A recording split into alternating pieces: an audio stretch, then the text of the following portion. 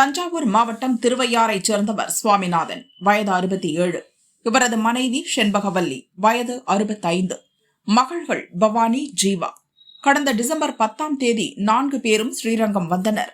கொள்ளிடம் கரையில் அமைந்துள்ள யாத்ரீகர்கள் தங்கும் விடுதியான யாத்திரி நிவாசில் தங்கினர்.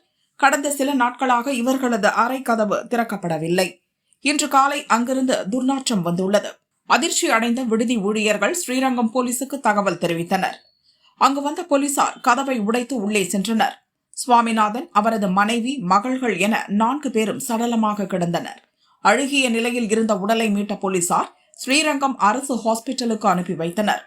முதல் கட்ட விசாரணையில் சுவாமிநாதனின் 2 மகள்களுக்கும் மனநல பாதிப்பு இருப்பது தெரியவந்தது. இருவரும் குணமாக குடும்பத்துடன் கோயிலாக சென்று வழிபடுவதும் பரிகாரம் செய்வதுமாக இருந்துள்ளனர்.